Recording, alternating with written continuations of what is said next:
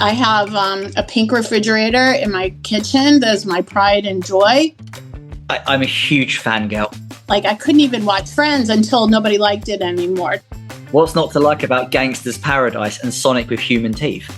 I was originally hired to be the producer of Sonic Boom. I'm telling you now, no one's buying that action figure. Snuggle up and listen to the stories about serial killers and family annihilators.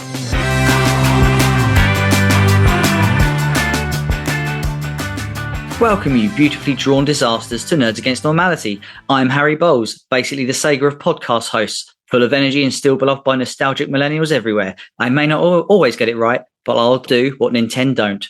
With me is Stacey Bowles, the Studio Ghibli protagonist who'd rather stay at home, eat something cozy, and pretend the outside world doesn't exist. Hello. And finally, Ben Sheridan. He tried to test if Looney Tunes logic works in real life, and last we heard, he's still mid-air holding a tiny sign that says help. So he won't be joining us today. So instead, we have a special guest with us, Marlene Sharp. She's not only talented and insightful, but she's here to help us make sense of why cartoons hit harder than most real-life conversations. Hello! As always, if you haven't already, you can catch us on all the social medias. Make sure you follow us on Spotify or Apple Podcasts so you keep up to date with all of our latest releases. Okay, well, thanks for coming on, Marlene. We really appreciate your time with us. As you may know, we're a very nerdy podcast, so we just want to kick things off by asking you, do you consider yourself a nerd? Yes, but I was a nerd way before it was cool. And I'm an old school nerd. Like, I did very well in school. I was always the teacher's pet. I was that kind of nerd, like a school nerd, academic nerd. And then somewhere in my adulthood, other people wanted to be nerds, I guess. I mean, it was not that glamorous when I was first doing it, but now it seems to be more hipster than cringe. Living your best life now in the nerd era. Yes, this is our era, so we should embrace it. What would you say is the nerdiest thing about you? I guess it depends on your definition of nerd and how hardcore you're going to go with it. But I am super nerdy for the color pink. I'm the girliest girl that you'll ever meet. So anything that's pink, Barbie, and Hello Kitty, I love it. I have a pink refrigerator in my kitchen. That's my pride and joy. Yeah, I like Barbie and Hello Kitty, but I also like American Girl, Madame Alexander dolls. How did you find the Barbie movie? Well, okay. Oh, that's not a strong start. Okay, here's what I loved about the Barbie movie. The production design, amazing. And in fact, last weekend, I went to the Academy Museum. So I live in Los Angeles, and the Academy of Motion Picture Arts and Sciences has crazy, amazing, beautiful museum. I can't even begin to describe how immersive it is. Especially, it's what everybody wants when they come to Hollywood. Like, you can just go there and feel like you're in the movies. There's a beautiful exhibit of Barbie, production design and costumes, and amazing. So that was my favorite thing about the Barbie movie. Not really enamored with the script, and I felt that. So I am a lifelong Barbie collector, and I actually debox all my dolls and play with them. Like, I'm not somebody to just display them. Like, I'm in the weeds with Barbie. And the movie, to me, seemed like it was made by a bunch of people who were not that. And they tried to learn a lot about Barbies, and they had an idea of what Barbie people are like, but they just didn't get it. It seemed like a commentary on Barbie, and like, it didn't seem authentic. They managed to capture a lot of people with it, though, didn't they? Did it gross over $1 billion? I know. I realize I'm an outlier. Yeah. I am a contrarian. So also, if everybody likes something, it automatically makes me hate it. Like, I couldn't even watch Friends until nobody liked it anymore, till it was off the air and reruns. It's like, well, okay, maybe now that it's an underdog, I can give it a chance. Game of Thrones. That was me. Oh gosh. Oh, I love you then. You're my people. Yeah, refused to get involved in the hype. I was like, no, I hate it. Yeah, I hate it. Every well, not every popular thing. Some things I can't help. Some things I want to hate it, but I just can't help it but like it. And that would be like the true crime genre. I'm all over that. I didn't want to be, but that's a whole other aspect to my personality. But so you mentioned your career, and of course we've got to ask you, how did you start your career in entertainment? I think I was just born this way because I don't remember being any other way except liking to pretend. And also my parents took me to children's theater from when I was a toddler, and I really bought into that. It seemed, and children's theater is rather immersive. That's kind of what it is. It's interactive, and as a little kid, you don't really know the difference so much between what's your reality, and then if you've got things happening all around you, yeah, the lines are blurred. Yeah, the lines are blurred. So I just loved it, and then I also loved to watch TV, and I, as soon as I was old enough to realize, I started questioning it early on, meaning like it's not enough for me to watch it. I need to be in it. And so then I just started asking my parents questions. And I remember when I was really small, probably before kindergarten even. Kind of like your DNA from a young age then. Yeah. Obviously, I'm assuming then you went to university. And then I have to ask, because I'm a huge fangirl of Sega. And at some point in your career, you've landed in Sega of America, I assume? Yes, I did. I landed there. So where is that? Sorry, where is Sega of America? Is it San Francisco? No, but that's a good question. So when I joined Sega, there was a big transition going on in 2015. So the Sega of America had been in San Francisco in the Bay Area for about 30 years, probably.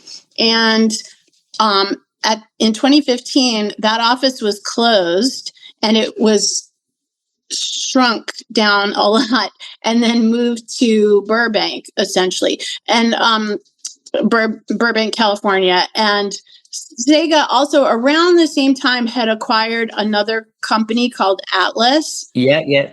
I'm a big fan of their games. Yeah. Yeah. So Atlas is located in Irvine, California, which is Orange County. It's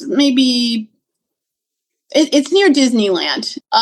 But Sega had purchased Atlas, and at the time they were considering, Sega of Japan was considering whether they wanted to put Sega of America and Atlas together in Orange County, or if they wanted to keep separate the two. So they decided to just try it out with Sega of America in Burbank, and then Atlas already had its offices in Irvine. So we used to do team building and rah-rah activities together for holidays or, big all hands meetings. So sometimes we go down to Irvine, and some of the executives would come up to Burbank, but for the most part, we were separate. But yeah, so I worked in Burbank, although I did have a few days of training in San Francisco with all the people who were laid off. It was very awkward. Oh, I bet the vibe was good. What are you doing after this? Oh, don't answer. Needless to say, it was a hostile environment from the get-go. Yeah. Not an auspicious start, but we got through it. Yeah, I worked in Burbank. But it was Sega that you worked with, not because you ended up working on Sonic Boom and Sonic Mania. Mm-hmm. That's right. Yeah, I've done a bit of digging. Oh, thank you. Wow, that's so kind of you. But you worked for Sega. So I'm assuming, did you do any other projects, or was it mainly just Sonic? It was mainly Sonic. So in Burbank, when we were all hired, it was kind of like the first day of school because we were all new hires of Sega.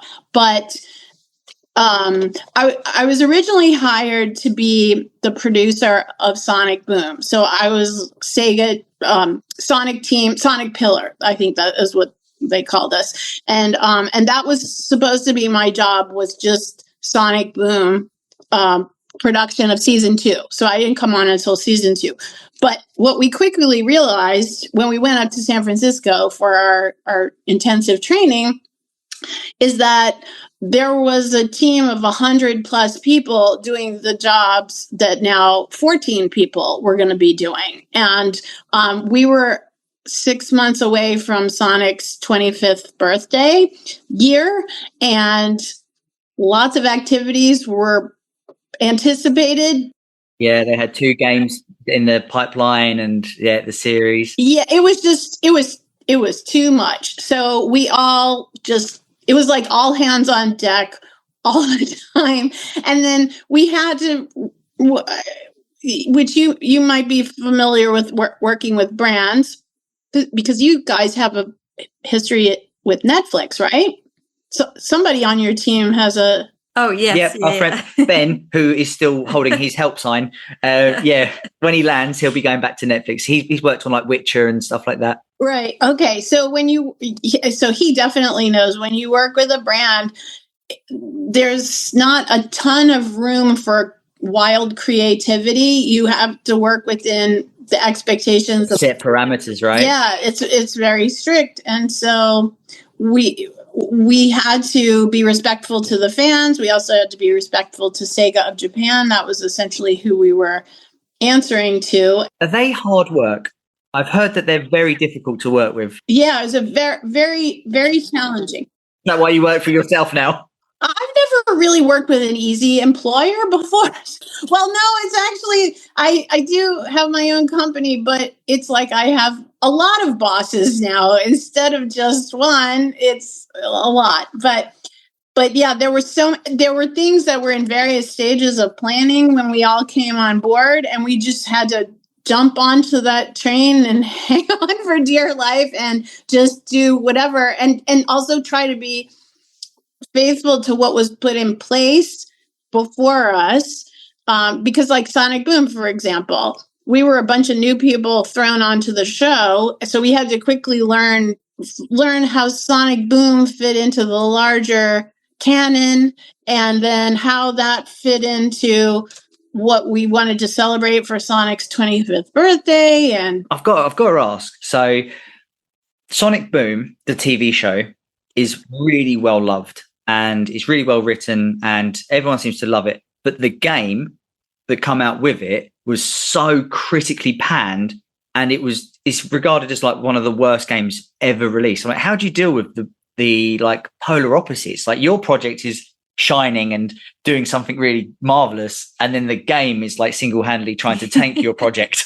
It's funny. It's funny the way the fans perceive things and how they're so different than what happens behind the scenes. So Sonic Boom internally, the TV show, was problematic in the sense that it was clever and funny. It was good writing for sure. It's good TV writing, and like if you like Seinfeld, if you like classic American sitcoms of the 90s and so forth, you'll love Sonic Boom because it's a lot of Sonic sitting around talking with his friends and saying witty stuff and parodies of pop culture and all of that.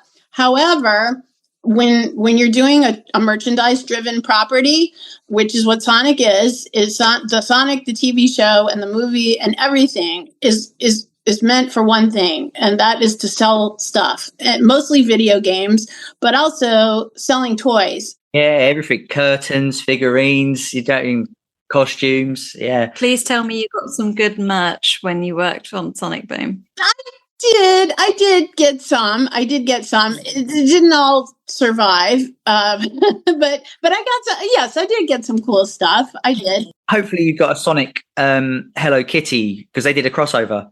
I know. I didn't get any of that. Although I did have a meeting once at Sanrio where we got a bunch of swag. And it was so sweet the way they presented it. It was like we had these little place settings at our table and all this cool stuff. And I was like, oh gosh, I hope this collaboration works out, because I would love more of this.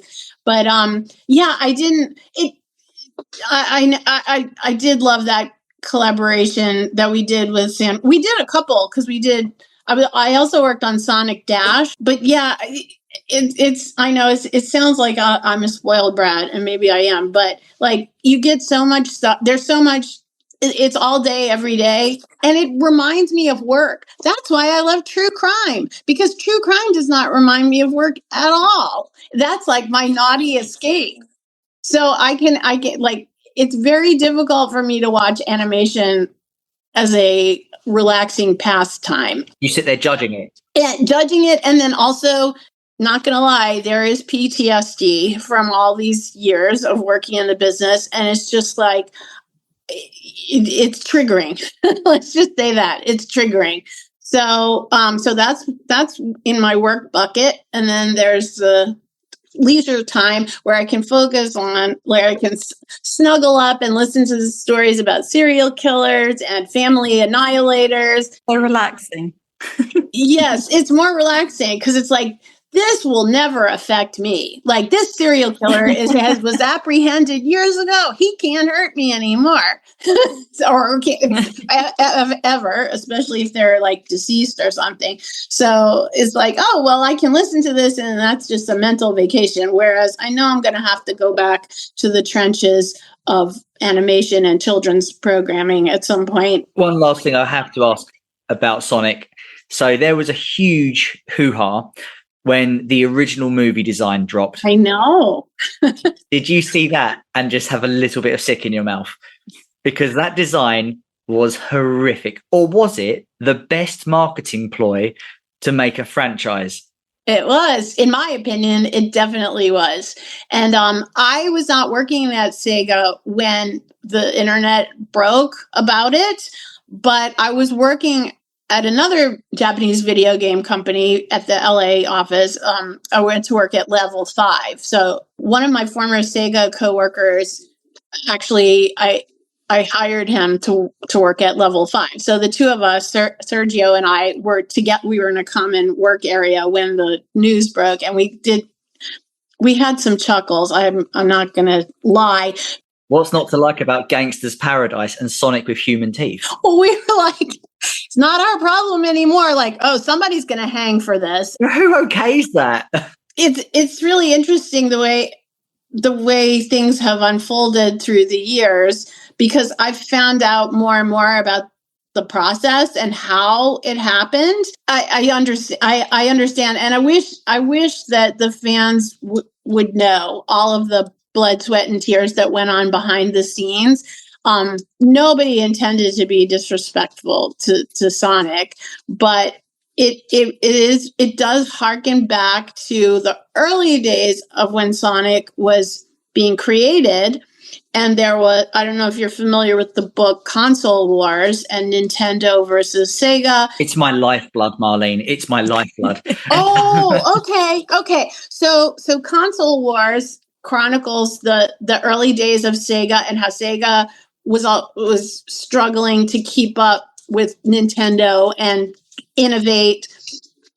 And that's Sonic evolved out of that as a corporate mascot, and then the game being packaged with the consoles and all that stuff. And so, but when that happened, it was an initiative of Sega of America, and it kind of stepped on the toes of Sega of Japan.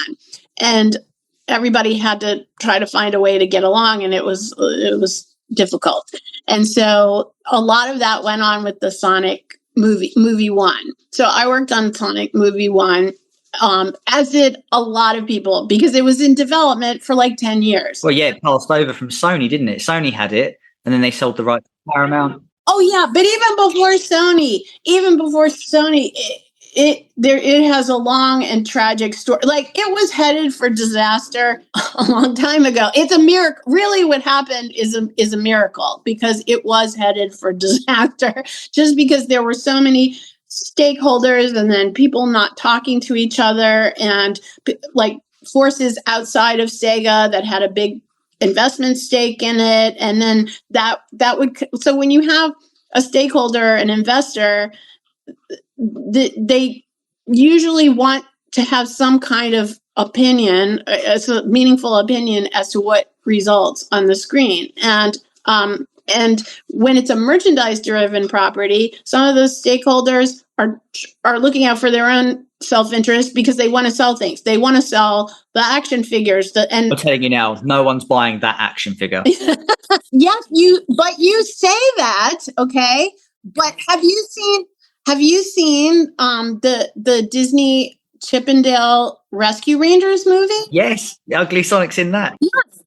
So nobody can really say that Ugly Sonic is like the black sheep of the anymore.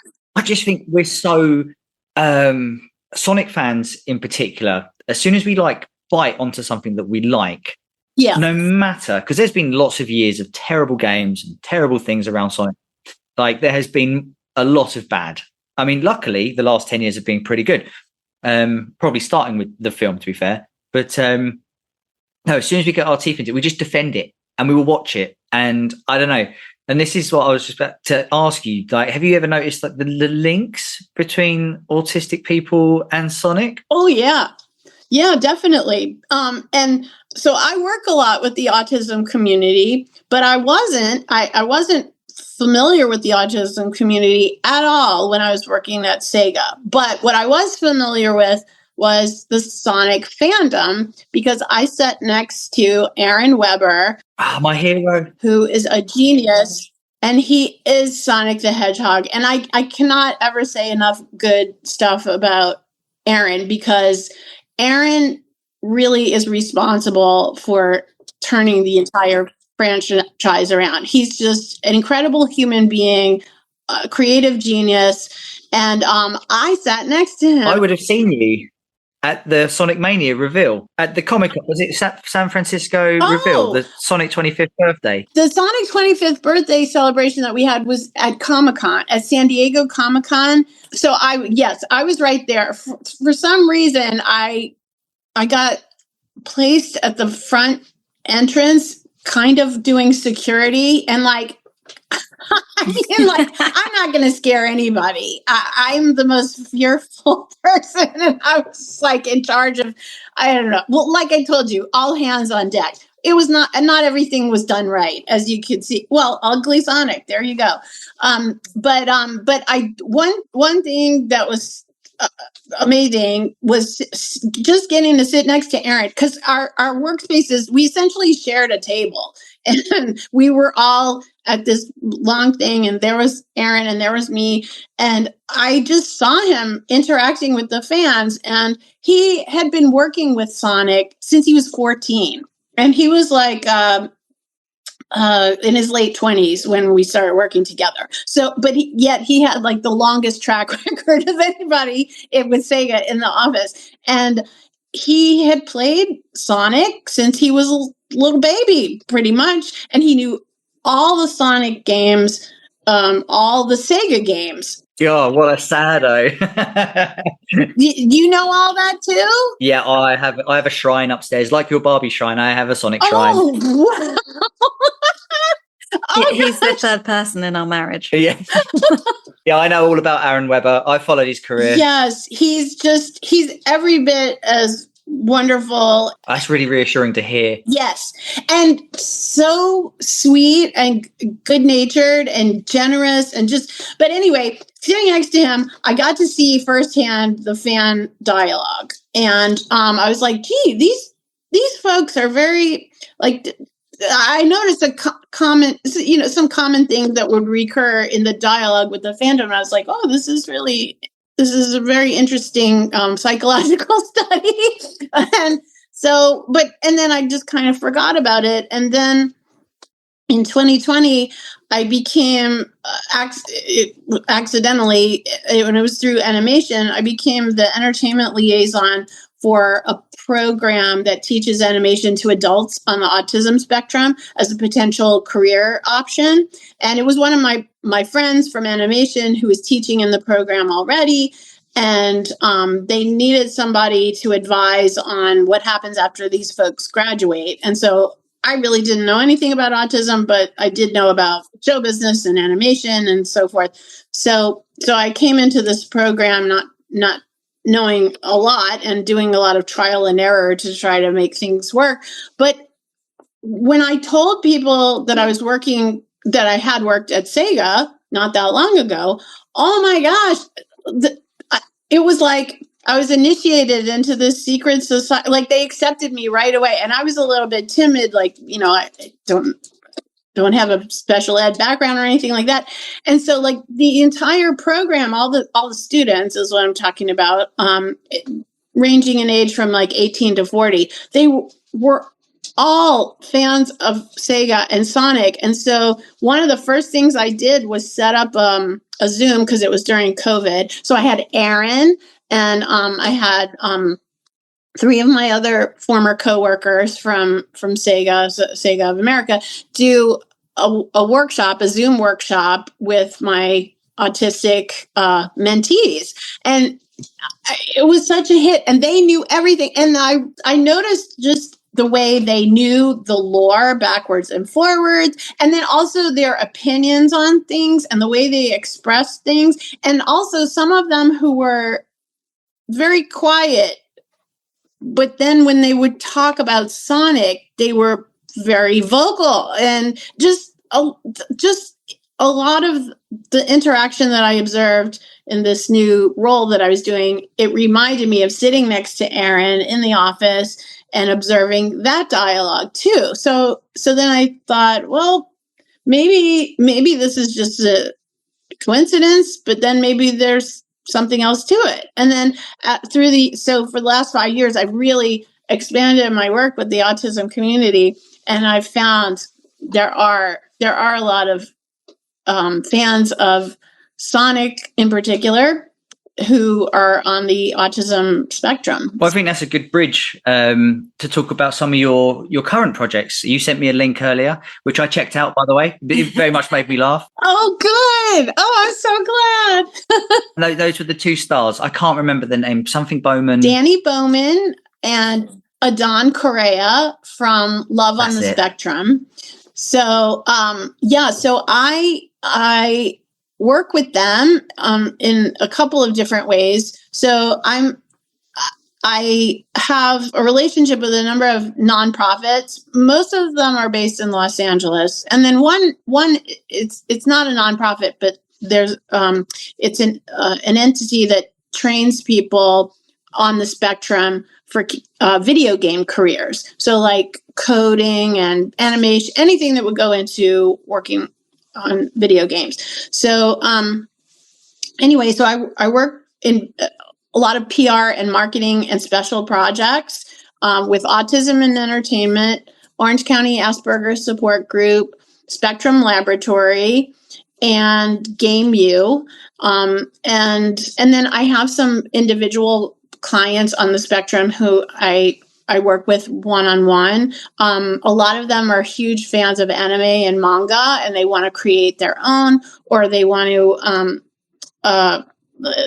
be like a critic, or something. They want to talk about it or go to fan cons and learn stuff. And so it's a good time for it now. Like anime and manga, in my opinion, has never been bigger. Like Demon Slayer? Yeah. Absolutely stormed the box office. I think it's the 4th biggest film of the year, which is absurd.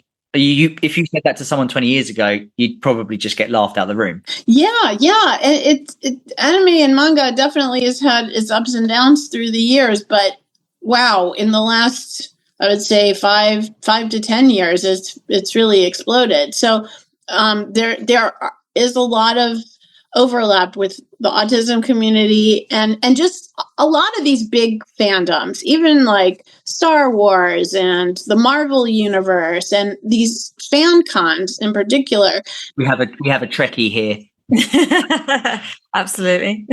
Oh, okay. All right. I'm not as familiar with Star Trek, but I'm sure there's the autism community tends to be like the loyalist fans. Like when they like something, they can focus on it for very long periods of time, tell you all about it. And those are the people who are best at like drawing on model or like detecting if there's one little thing that's wrong with a design, which to me tells me that, oh, they would be great working in the licensed consumer product business, because that's what it is, like replicating the stuff that you got the style guide and you need to make this look like this. So I've done a lot of employment advocacy, because unemployment is a big problem in the autism community. At least in the US, it's like an 85 to 90% unemployment rate. So I was part of the first Autism and Entertainment Conference. We hosted it last year in Los Angeles, and it's meant to unite people who on the spectrum with employers who are at least open-minded about hiring people on the spectrum. And some employers have a special program in place, but others don't. And so we try to facilitate paid internships and various other things. And so so Danny Bowman and Adon Correa are series regulars from the Netflix show Love on the Spectrum. And both of them live in Los Angeles, and they were a couple on Love on the Spectrum, not a couple anymore. But another thing that I do with the autism community is I represent 12 actors on the spectrum for film and TV and personal appearances. So like a talent manager. So I put them forward for consideration for jobs and stuff like that. And so Danny and Adon are two of my clients, my actor clients. But I've actually known Danny since she's a little girl, because she's an animation phenom. She's an animator. And so when she was, before she was even a teenager, she joined Women in Animation, a networking group that is based here in Los Angeles. And so here was this little girl, and she'd go to all of our events, and she's very, very much an old soul. Like she knew everything. She knew how to animate. She knew animation history and stuff. So I knew her not well, but I knew her through Women in Animation. And then she started her own animation school. She's always been very entrepreneurial. And then she got on this reality dating show, which kind of came out of nowhere. And then she became this influencer and one of the breakout stars of Love on the Spectrum. What a journey. Yeah, I know. It's wild. I'm full of wild stories, and just well, and that's the great thing about being in show business, because weird stuff is commonplace. Like the unexpected happens every day. There's really not a lot of precedent. People will always say, like, everybody wants to know how to manufacture a success, but really nobody knows. Even the analytics, it's a business of taste. And yeah, it's not a proven science, is it? You can't just, if I do this will work. Yeah. But anyway, so Danny and Adon are my actor clients now, and I helped Danny to get into stand-up comedy. So I have a background in performing and stand-up comedy as well. So that was my original dream, was to just perform and not do any of the other stuff that I'm doing. I just wanted to perform, but could not really ever make a living doing that. So I grew my career as a producer and creative executive. So now I'm representing these 12 actors on the spectrum. They're all really talented and such unique characters in them and of themselves. So Danny and Adon are 2 out of 12. And one of the things that I just started doing, because I can't help myself, I suppose, is just producing projects with them and for them. And a lot of them are just like no money kind of crazy stuff, and just putting it out there and saying like, hey, does anybody want to do this and see what happens? And I found a partner in crime. His name is Rob Kuttner, and he's a former writer for the Conan O'Brien late night talk show, and wrote for The Daily Show. And he's a very accomplished writer, producer of animation as well as sketch comedy.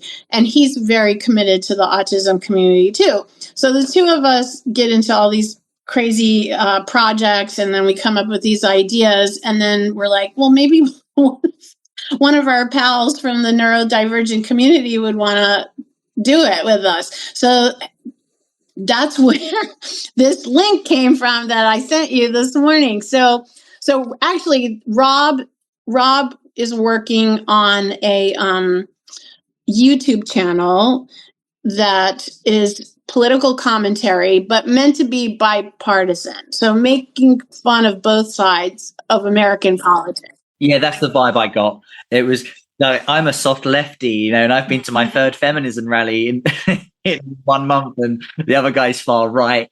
Yeah. Yes. So it's meant to be. So this YouTube channel it actually has a very positive message for the whole world. Like, let's all get along, but then making fun of all the differences too. And Rob has a ton of experience writing about that kind of stuff, because that's the basis of late night comedy, is current events and so forth.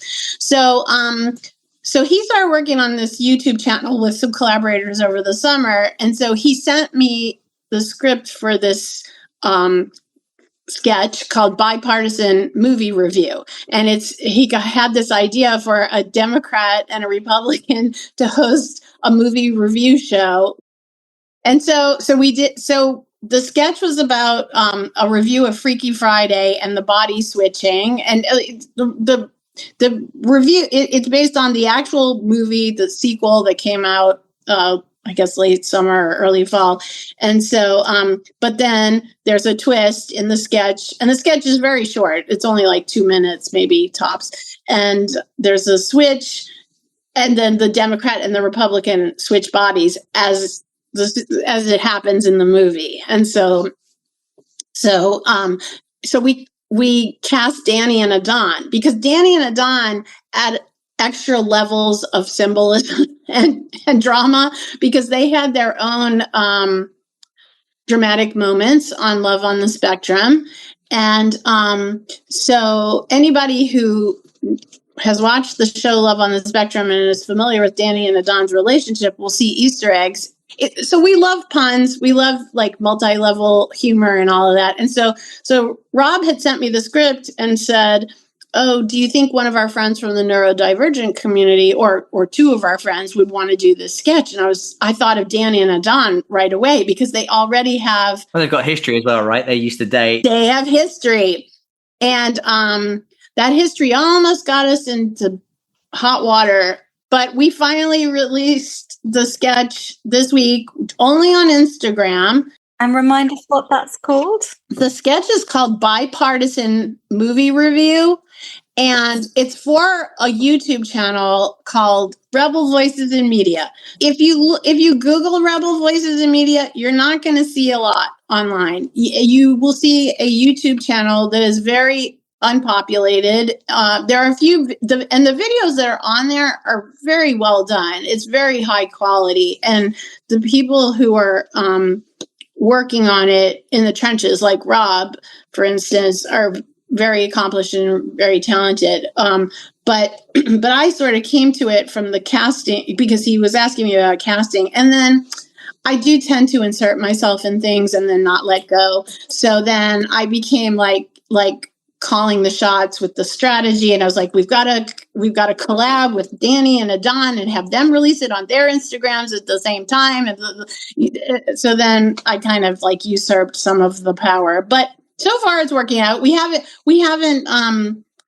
gotten kicked off of Instagram yet, so yay for that. And the views are climbing, but Danny is very political, and she on her own, well, actually both of them are very political in different ways. So Danny was recently caught at the LA airport by TMZ, a tabloid TV show, followed her in there and asked her what she thought of Trump and RFK Jr.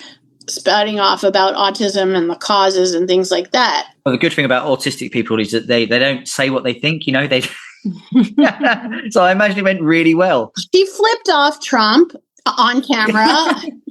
That sounds about She right. flipped him off, and it went viral. It's on her TikTok. It's on TMZ's platforms. I mean, she is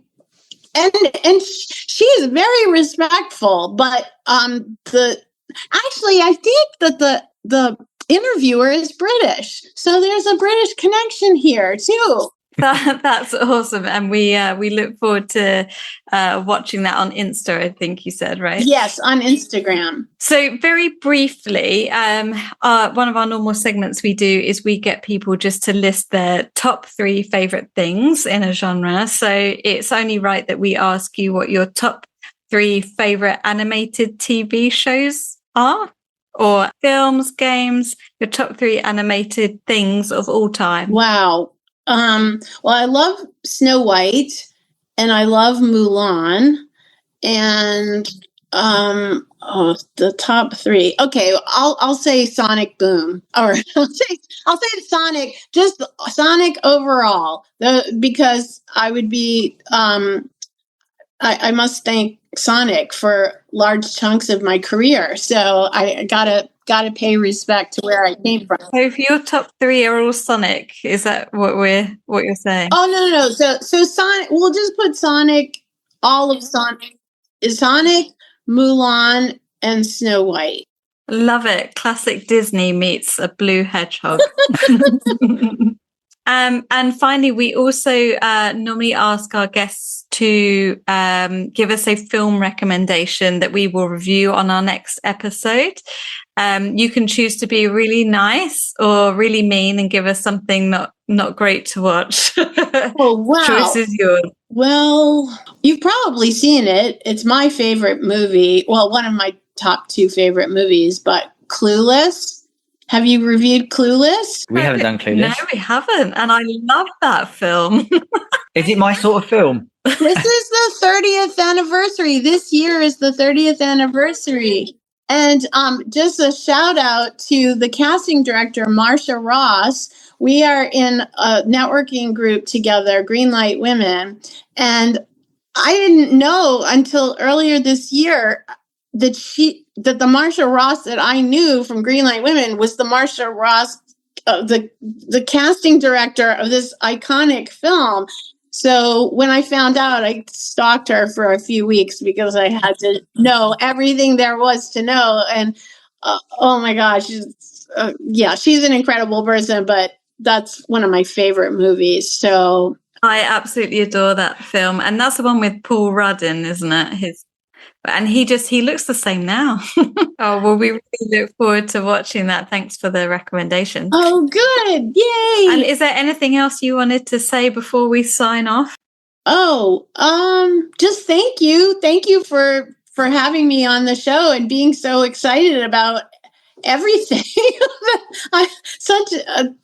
Wow. I'm going to remember this interview for a long time, especially on days when I'm feeling like I'm not doing anything right. I'll think of my wonderful friends in the UK. Oh, and by the way, I don't know if you know this from your research, but I worked on Postman Pat, the movie. We did see that.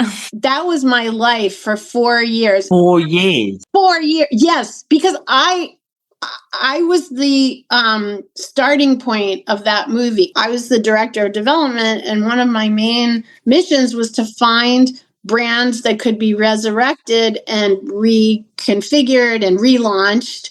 And so at that company is where I worked on Pink Panther. And then I, through a prospecting mission with just people that I knew, that's how I found Postman Pat, was through my friend Doug Schwalbe. He's an institution here. It's a rite of passage. You have to, Thomas the Tank Engine, Postman Pat, Fireman Sam. British animation icons. Yes.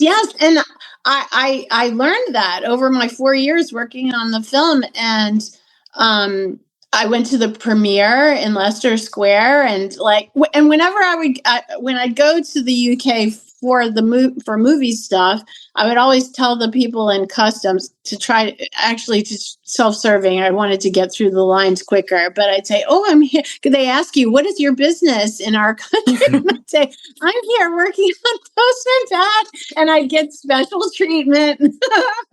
Straight through, madam. Straight through. The limousine is waiting. You're doing God's work. So go ahead. So, but yeah, the movie didn't do great box office, except in the UK. It played in theaters for 6 months. Wow. Oh, wow. Which is extraordinary anywhere, but especially in the UK is considered a big market, and it opened on 500 screens in the UK and then stayed in now it wasn't on all 500 screens for 6 months, but still that was extraordinary. So I love Postman Pat always and forever for that experience. Well, if you are ever in town again and you would like a traditional cup of British tea, we would love to come meet you. Oh yeah, I love the UK. I haven't been back in a while, but I did get to visit the Sega of Europe. SOE headquarters is in London, so I was able to go there. I went there in 2016, so that was great. I'm not allowed there anymore. Oh, you're not? They see my face and they're like, you bard. Oh, no. Stop harassing the staff. Yeah. Restraining order. It doesn't help that I'm in full Sonic attire. You know. They should be fortunate to have somebody. That's what I keep telling them. Yeah. Well, I'll see what I can do if I can pull any strings. Yeah, thank you. I'd appreciate it. I don't know. I'm there bellowing it. I'm like, Aaron Webber, I know you're in there. Right, thank you, Marlene, for coming on. It's been a pleasure.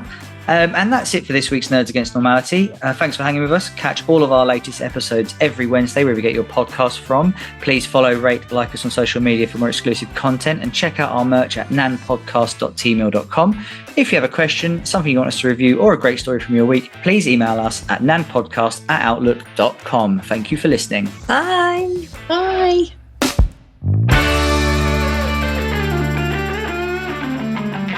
No, honestly, yeah, So thank you fun. so much. I've been so excited. I've really, really tried to dial back the Sega fandom. Wow, I thought you were just kidding. I thought before when you called me an email, I thought, oh, he's just being nice because I'm he's trying to make me feel comfortable to be on the show. It's wow, that's amazing. I love it. Yeah, one of our first experiences as I wasn't. Sorry, when we got married, the Valentine's Day, I think after we got married, Harry did attend the cinema screening of the Sonic movie premiere in full Sonic attire. It was on Valentine's Day as well. It was released. Wow. The kids thought I was working there, and I was like, no, I'm watching the film. Move aside.